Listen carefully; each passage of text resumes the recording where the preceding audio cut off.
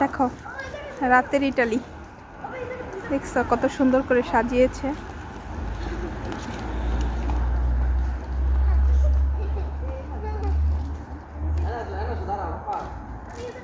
কত সুন্দর করে একদম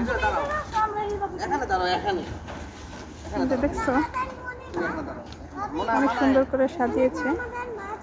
যে তো আজকে আমরা মার্কেটে আসছি ঘোরার জন্য, আর কিছু কেনাকাটা আছে, তো সেগুলোই করার জন্য আসছি।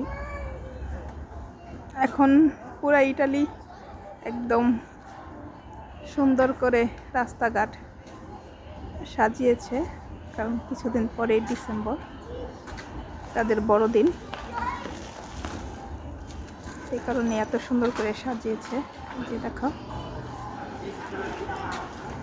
আর ওই যে দেখো মুস্তাকিম কি করতেছে, সে দৌড়াচ্ছে।